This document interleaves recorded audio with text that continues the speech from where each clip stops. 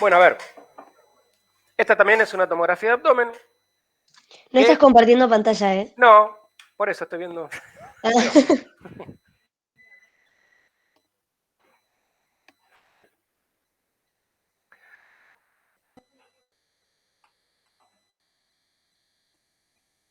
Vamos, ahí estamos. ¿Ahí se ve? Sí, ahora Sí, ahí sí. se ve. Bueno, joya. Bueno, esto es una tomografía, un abdomen, que lo único que quiere mostrar es esta lesión, que no importa. Se llama una lesión en rueda de carro. Después si quieren, porque parece como una rueda de un carro, ¿no? De un carro antiguo. Que después si quieren pueden chusmear qué es. Pero lo único que está mostrando es que nosotros podemos tomar mediciones, como dije anteriormente. ¿Sí? Esta es otra tomografía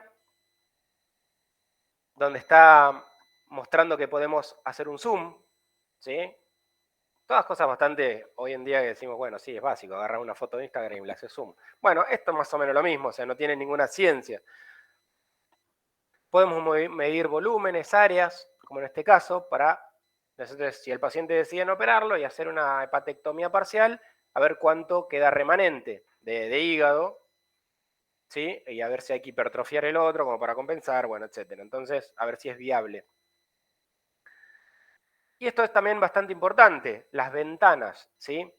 A ver, vamos a hacer un claro ejemplo. En la tomografía del lado izquierdo, en la imagen del lado izquierdo, es una tomografía que llamamos con ventana, vendría a ser de abdomen, ¿sí?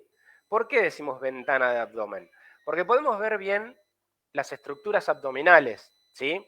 Podemos ver bien el hígado, justamente estamos hablando de esta lesión.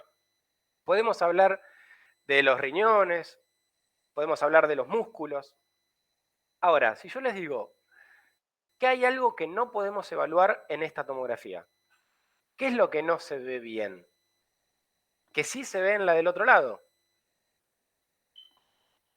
¿A alguien se le ocurre algo? Sí, sé que es recontra amplio lo que estoy diciendo y es muy abstracto y como que no los guié, pero es a propósito. No sé, el uréter y cosas así como más... No, porque son... ¿Los vasos? ¿La columna? La columna, ahí vamos. Bien, muy bien. El hueso, exactamente. Si vemos acá, y nosotros tenemos una lesión ósea, vemos que no vemos nada, vemos todo blanco. ¿Sí? Respondiendo a los que habían mencionado anteriormente, los uréteres siguen siendo tejido de densidad de partes blandas, ¿sí? Por lo tanto, necesitaríamos una ventana abdominal, ¿está bien? Pero justamente esto apuntaba a esto, a que nosotros acá vemos bien la cortical, vemos bien el hueso esponjoso, ¿sí? Y en este caso no. Esto nosotros lo llamamos ventanas, ¿sí? Ventanear. Yo puedo hacer dinámicamente, ir cambiando de esto a esto y obviamente en el medio mucho, o sea, en el medio muchas variables, como para llegar a esto. Y esta suele ser una pregunta bastante típica de examen, ¿sí? ¿Qué tipos de ventana estamos viendo en relación a la imagen?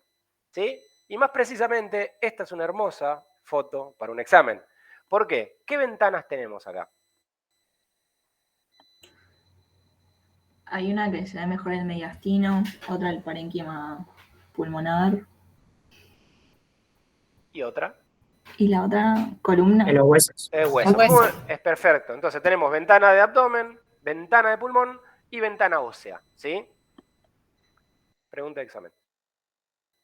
Entonces, nosotros en base a esto, nosotros podemos ir jugando todo el tiempo para ver distintas cosas, porque por ejemplo, lo que yo no veía acá, lo veo acá, es la misma foto, es la misma imagen, el mismo corte, pero hay cosas que vemos acá, que no vemos acá, que no vemos acá, y en el orden que ustedes quieran ponerlo. Entonces, esto se llama ventanear y estamos constantemente cambiando las ventanas, además de paneando la imagen, de arriba para abajo, de abajo para arriba, para ver qué podemos encontrar. ¿Y qué podían hacer? Sí. En la ventana recién mostraban el mediastino, pero ¿se le sigue diciendo ventana de abdomen ahí o...? No, es ventana mediastinal. Okay. ¿Sí? Porque justamente estamos en tórax. Okay. O lo que pasa es que traté de simplificarlo, pero a ver, las ventanas se rigen por algo que es esto, WL, que es Window Level, ¿sí? El equipo, cuando yo le pongo mostrarme una ventana de pulmón, me va a poner por defecto Windows 1500, Level menos 600 o alguna similar en donde esté seteado el programa de visualización de imágenes. Pero va a ser en rango a esto. Va a ser en vez de W1553 y L menos 638. Por ejemplo, cuando yo le pida al equipo que me haga el óseo, el equipo va a estar preseteado en 1200 o en un rango parecido. Y esto es lo mismo. La ventana de pulmón, la ventana de mediastino y la ventana de abdomen van a ser bastante similares, aunque cambian un poquitito, ¿sí? Ahora, la ventana, por ejemplo, de cerebro va a tener otro window level distinto, que va a seguir siendo un símil abdomen y un símil tórax, pero va a ser otro window level más orientado a lo que es parénquima cerebral. ¿Está bien? Por eso digo que esto tiene miles de variantes por el window level que estemos manejando. No sé si respondí Ok, la pregunta. gracias. Bien. Estos son los reprocesos. Esto es un corte coronal, ¿sí? Estamos viendo como si fuera el paciente que está parado. Y esto es un corte sagital, ¿sí? Es como si viéramos al paciente de costado, ¿está bien? Ahora, nosotros no obtenemos solo estas dos imágenes, sino que nosotros podemos recorrer de adelante hacia atrás muchas de estas imágenes, ¿sí? O sea, todas las que hicieron las adquisiciones. Después si puedo, a ver si esta compu tiene una toma de un paciente de por acá y les muestro más dinámicamente cómo es que lo trabajamos. Esto lo que está mostrando justamente es una ventana hueso. Estos son un corte sagital, ¿sí? Esto es axial, esto es sagital y esto es coronal, ¿sí? Vos me dirás, pero ¿cómo te diste cuenta? No, bueno, porque una porque hice la clase yo y otra porque tenemos el cuerpo vertebral, la apófisis espinosa, ¿sí? Y el canal medular. Y si yo me voy al corte coronal, vemos que tenemos los músculos psoas a los costados y la vértebra vista de frente, ¿sí? Acá está hecho, está como vendría a ser un recortado justamente para agudizar un poquitito la visión y la mente y darse cuenta quién es quién, porque después cuando les muestre una de tamaño completo va a ser mucho más fácil. Y acá es lo mismo, axial, que vamos a tener un riñón, otro riñón, el canal medular, la vértebra, la aorta, ¿sí? Todo como hecho con zoom. Y después empieza el show. Digo show, ¿por qué? Porque esto es una reconstrucción de un pulmón que a fines diagnósticos no tiene demasiada utilidad, a fines diagnósticos. A veces sí, los cirujanos de tórax o los traumatólogos piden la reconstrucción para programar, ¿sí?, una intervención quirúrgica. Pero a modo diagnóstico nosotros rara vez o difícilmente usemos una reconstrucción. Lo llamamos show porque a veces cuando mandan las fotos y te mandan las fotos de tu estudio, de tu imagen, o ves una foto, ves toda la reconstrucción 3D y decís, bueno, queda repro, pero a fines diagnósticos la verdad es que mucha utilidad no tiene, justamente más que hacer un show. Ahora, ¿alguien tiene una idea qué puede ser esto? ¿Tráquea con bronquios? Sí, perfecto. ¿Y qué le llama la atención? Como que le falta partes Le falta parte, sí, muy bien. ¿A quién le falta parte? a uno de los bronquios. Al bronquio fuente derecho. ¿Sí? Tiene como esta imagen acá. Que si nosotros seguimos con el show, como le llamo yo, este es un fly-through. O sea, vendría a ser una navegación virtual endotraqueal. ¿La podemos hacer? Sí, también lo podemos hacer en el colon, con los conos virtuales. Pero digo, nosotros vamos navegando a través de la tráquea, vemos que es tráquea, acá empieza a aparecer la carina, bronquiofuente derecho, bronquiofuente izquierdo, seguimos navegando y acá vemos que este bronquio se empieza como a achicar, ¿sí? Como a amputar. Acá hay una estenosis, ¿sí? ¿Se dan cuenta? Y era esa misma imagen que nosotros estábamos viendo acá. Esta estenosis, que en realidad no sabemos si es extrínseca, es intrínseca, o sea, justamente por eso, a veces para diagnóstico no va a servir, pero por ahí el cirujano quería ver a qué altura estaba esta lesión como para meterse con el endoscopio, ir a biopsiar y demás y demás. ¿Está bien? Por ejemplo, tomografía abdomen y pelvis. ¿Alguien me puede decir algo?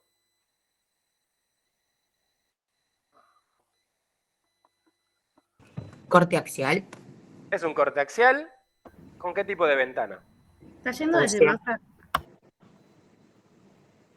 óseo. Parece que hay como un contraste. Parece como un contraste, pero no lo es. Y a veces, esto es a donde yo iba. Ustedes seguramente están mirando esa imagen hiperdensa, que se va para los costados, que tiene como una trama rara, que por ahí decían que iba de arriba hacia abajo, si es cierto, va bajando. En aorta se empieza a bifurcar las ilíacas, más ilíacas, pero cuando yo les había dicho que a veces no se fijen, no se traten de fijar, es porque justamente por ahí nos estamos comiendo la patología de base, ¿sí? ¿Y qué patología de base tiene? Clasificación de la aorta y las ilíacas. No, justamente eso no es una clasificación. Fíjate que tiene una Es una trama. prótesis. Exactamente, es una endoprótesis. Fíjense que tiene como una trama como un mallado, ¿sí? Es una endoprótesis. Ahora, seguimos sin identificar la patología de base. ¿Qué está rodeando vendría a ser la malla esta que vemos de la endoprótesis?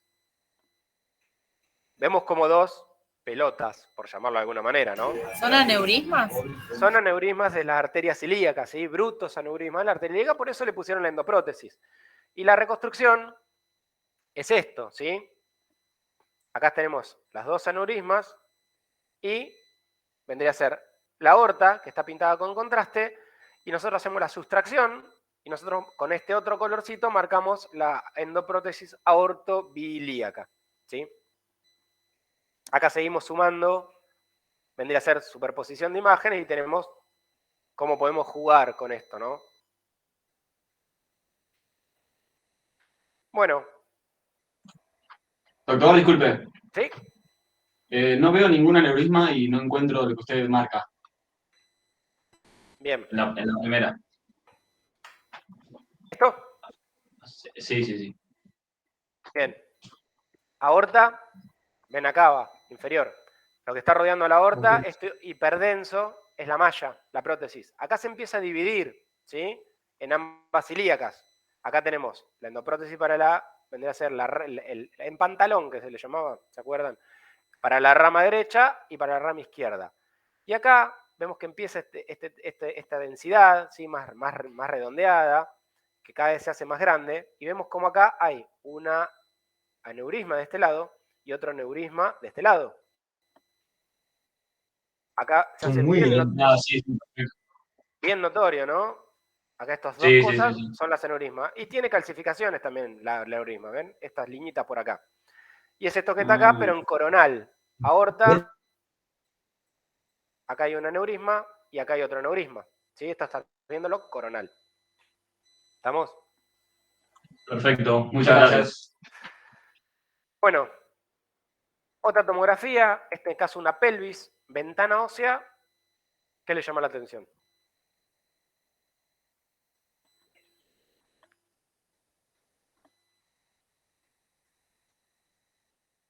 ¿Hay una fractura, puede ser?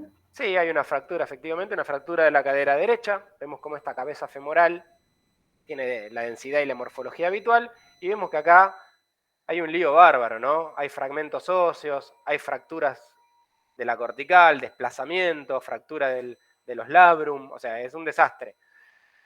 Y acá tenemos los cortes, ¿sí? Los cortes. Estos son cortes coronales, estamos viendo como de frente, ¿sí? Toda la fractura. Y este es el corte sagital, ¿sí? Nosotros, justamente, lo que estoy mostrando acá, dijimos que no íbamos a hablar de patología, no importa qué tipo de fractura es, pero justamente cómo podemos nosotros jugar con las imágenes para ver la fractura. Esta es una reconstrucción 3D bastante espantosa. Ahora normalmente tengo que actualizar un poco las imágenes, pero se ve mucho mejor que esto. Pero bueno, acá tiene una fractura transtrocanteria, ¿sí? Y está impactado, está desplazado el fémur hacia arriba, bueno, nada, con fractura del cuello. Todas estas son reconstrucciones y cómo podemos ir jugando. A ver, contraindicaciones absolutas, y acá sí hay cosas que por ahí, digo, absoluta y ¿se acuerdan que hablamos sobre alternativa? Primer trimestre, obviamente por la mórula, por todo lo que conlleva, vendría a ser el primer trimestre del embarazo y con la duplicación tan acelerada celular que hay, la verdad que hay una alta tasa de probabilidad de malformaciones, ¿sí? En el primer trimestre. Por eso dice absolutas, de vuelta. Esto es costo-beneficio, ¿sí? ¿Qué preferimos? ¿A la mamá y el feto, bebé, o como sea, muy complicados o muertos? ¿O, se entiende, una u otra cosa? ¿Sí? Es un tema bastante controversial, es un tema, como le dijimos, médico-clínico, relación médico-paciente, es muy complejo, pero en líneas generales, de evitarlo y de poder evitarlo, es esto, ¿sí? Contraindicación primer trimestre. Y contraindicaciones relativas es alergia al yodo, ¿sí? Si nosotros sabemos que tenemos un paciente que tiene una probabilidad o ya hizo una reacción alérgica de hacer una reacción alérgica, ¿qué vamos a hacer?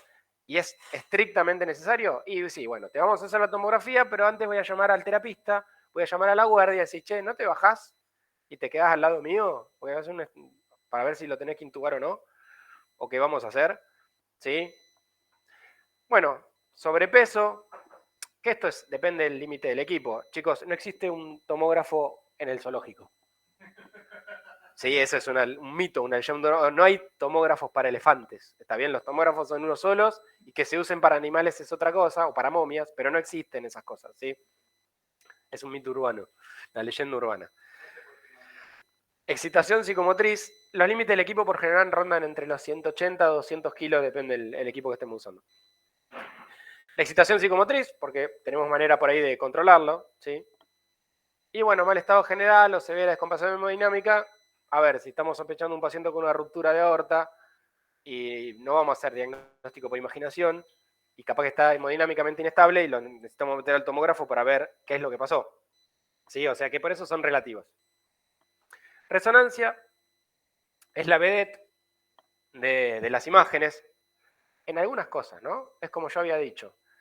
Nadie estadificaría un cáncer de pulmón con una resonancia. No existe eso, ¿sí? No existe, a menos que quieras ver el mediastino. La resonancia es buena para otras cosas, ¿sí? No es buena para el óseo, no es buena para el pulmón, es muy buena para los tejidos blandos, ¿sí? Es muy buena para la definición y muy buena para caracterización tisular, ¿sí?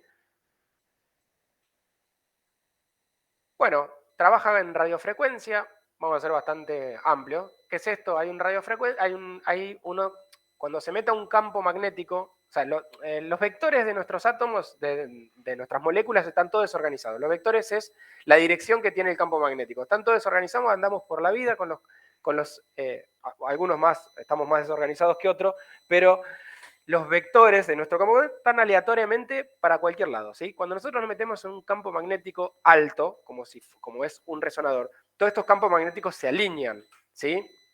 Voy a pasar esto porque voy a pasar un poco de los movimientos de recesión y precesión y todo eso porque es como se gira el spin, porque en base a esto es. Pero digo, esto es lo que estaba diciendo.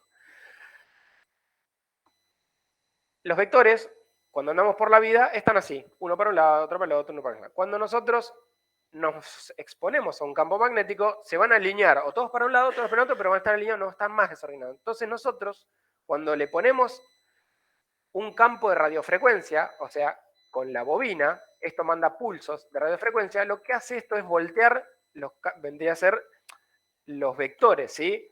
Voltearlos controladamente. Cuando nosotros excitamos a este tejido y le sacamos esa excitación, depende cómo se mueva el vector, es el tipo de señal que va a dar. Y el equipo lo va a reprocesar en una imagen, ¿sí?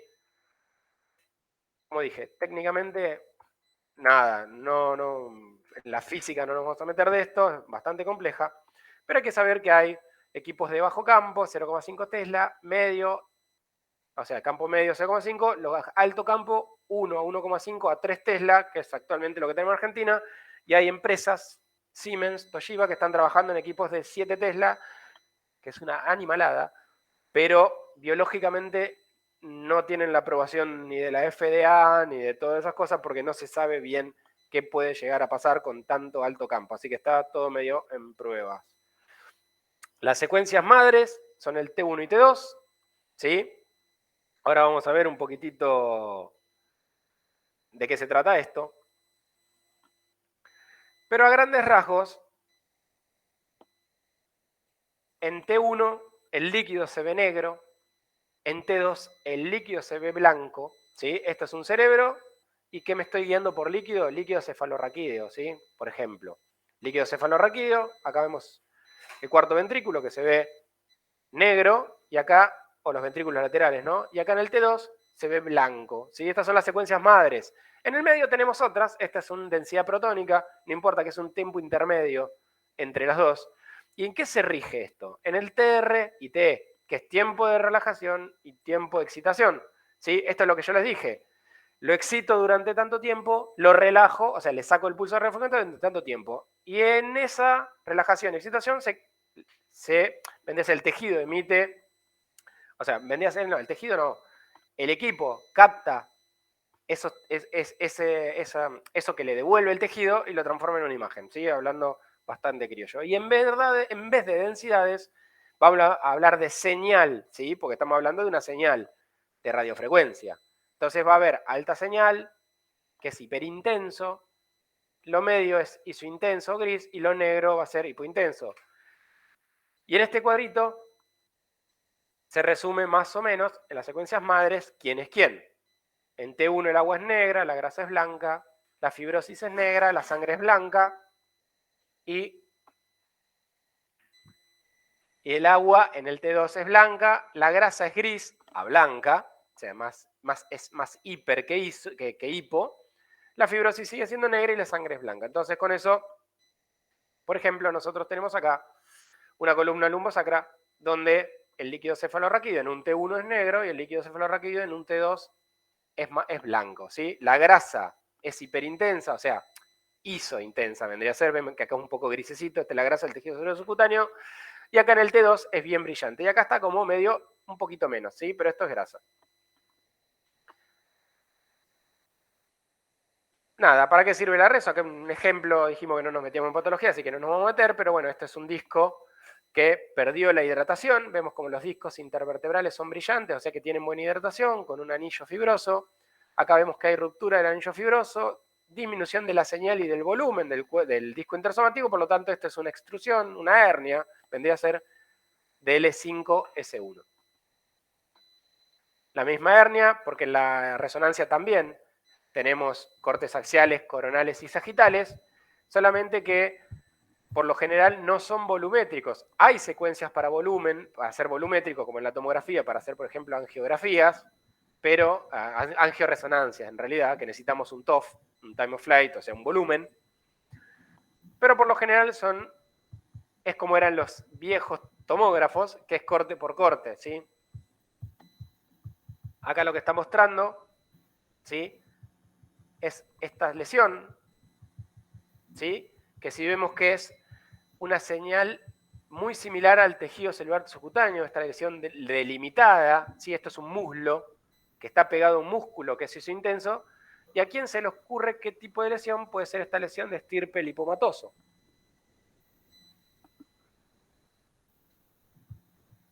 Un lipoma o algo así. Un lipoma, claramente, ¿sí? Es un lipoma. Para esto un poco sirve. Si nosotros tuviéramos esto en tomografía, sería muy hipointenso, sería unidades Hanfield negativas, ¿sí? Porque es grasa. Pero bueno, la verdad es que la resonancia para estas cosas es muy superior, ¿sí? Por un lado tiene una artroscopía, que es del lado derecho, y por otro lado es la resonancia, cómo se verían cuál en cada cual. Esto es una rodilla con un meñisco anterior, o sea, el cuerno anterior del meñisco interno y el cuerno posterior del meñisco también interno, ¿no? Y es un poco la representación de qué es la vida real y qué es lo que nosotros vemos en una imagen, ¿sí? Acá vemos que tiene cambios hialinos, o sea, esta imagen acá adentro un poco hiperintensa, que tiene fenómenos degenerativos, igual que esto, pero no parece estar roto, una rodilla bastante sana. Nada, como les dije, esto es un poco a modos generales. Acá está mostrando una rodilla, que esta otra secuencia muy particular, que se llama STIR, que es un Inverse Recovery, ¿qué es lo que les llama la atención predominantemente de esta imagen? ¿Sí? Yo les mostré una imagen como puede ser esto, ¿no? Que hay un T1, T2, la grasa brilla, el líquido es blanco. Yo, por ejemplo, les muestro esto. Sé que es bastante difícil, si nunca vieron imágenes, pero justamente es para que razonemos, pensemos y miremos, ¿sí? Nosotros decimos siempre que vivimos de los detalles en imágenes. ¿Y quién le llama la atención? No se centren en las flechas, ¿sí? No importa las flechas que están señalando, no se hagan problema con eso. Pero ¿qué le llama la atención de la imagen? ¿Qué color tiene, ¿sí? ¿O qué es lo que no ven brillante? ¿Qué es lo que ven brillante?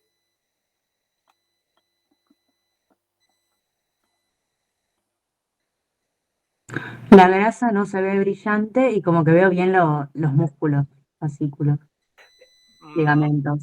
Bastante bien. Bueno, esto es una secuencia inverse recovery, que lo que hace es una saturación de la grasa, ¿sí? Todo lo que es grasa lo va a atenuar, lo va a sacar, pero es una secuencia líquido sensible. Está en base a un T2. O sea, ¿se acuerdan que dije que hay secuencias madres? ¿Sí?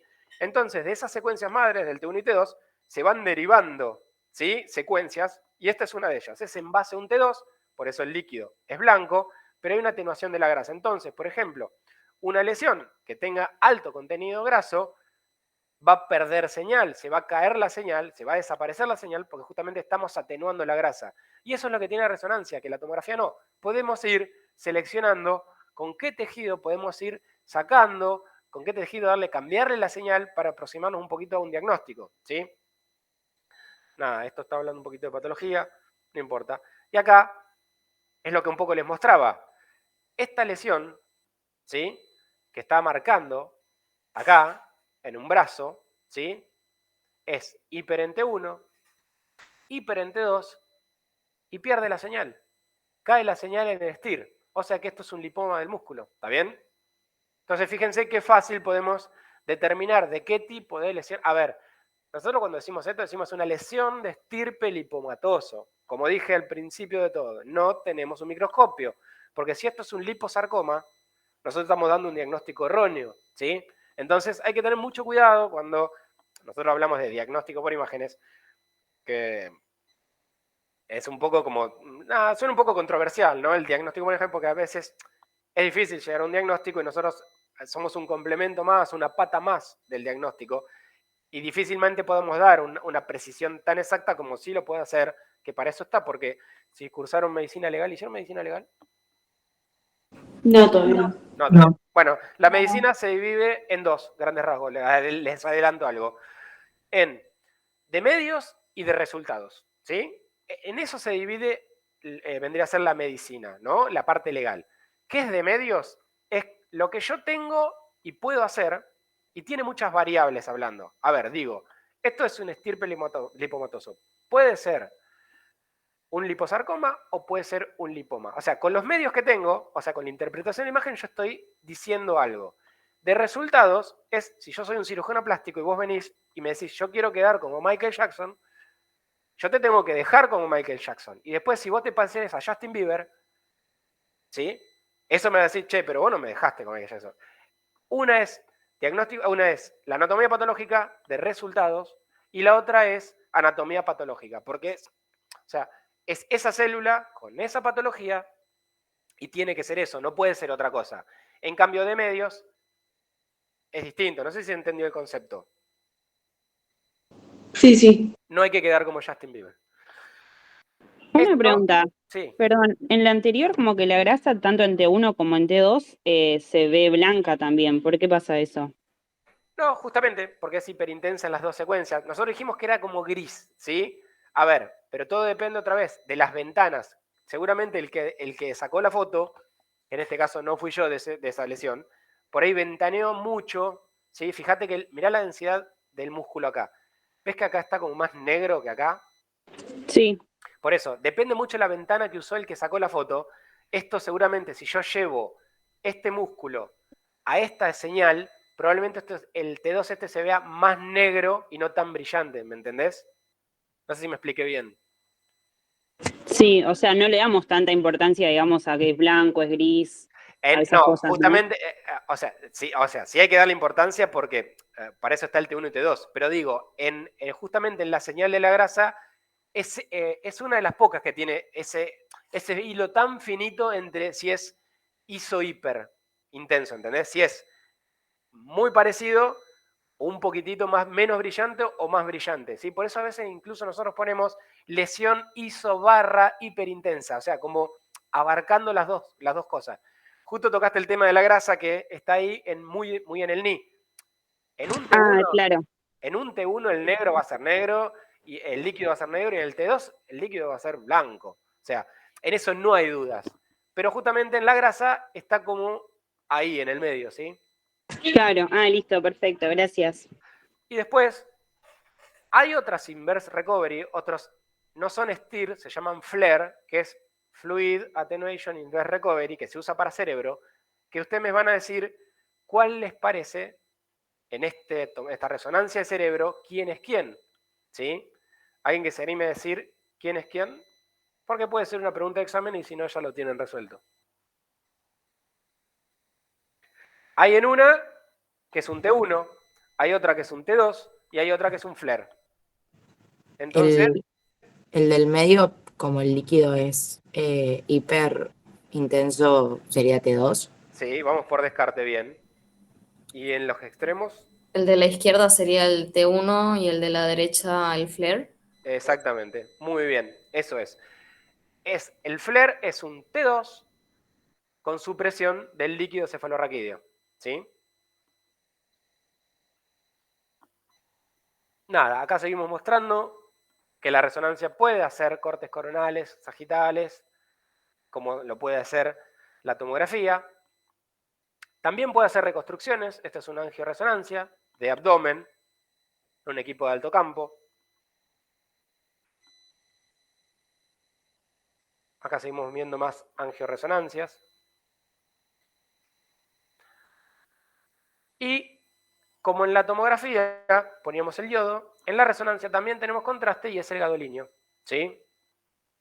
Que lo usamos prácticamente para lo mismo que en tomografía, ¿sí? Para contrastar órganos, ¿sí? Para ver cómo tiñe, cómo se pinta, cómo refuerza esa estructura, porque cada estructura o cada patología tiene su manera de realzar, ¿sí? Que eso es lo que está descrito en los libros, ¿sí? Vamos a saber que un hemangioma hepático toma contraste de una manera, una hiperplasia nodular focal toma contraste de una manera, ¿sí? Eso después cuando ya vean patología de abdomen,